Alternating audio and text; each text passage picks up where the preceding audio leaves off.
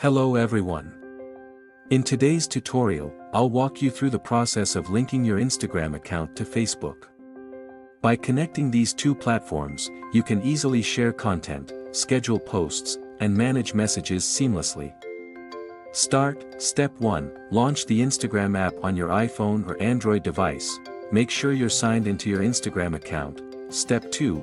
Access settings. Tap your profile picture in the bottom right corner. Next, tap the three-line menu icon in the upper right corner. Step 3.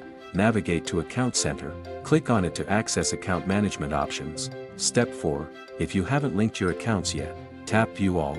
Then select Add Accounts. Step 5. Click Add Account, Facebook or Instagram. You'll see a prompt to add an account. Select Continue to connect the two accounts. If you still need to confirm, just agree and follow the prompts. You'll see your assets shared across your connected accounts. We hope you enjoy this video. Thanks for watching.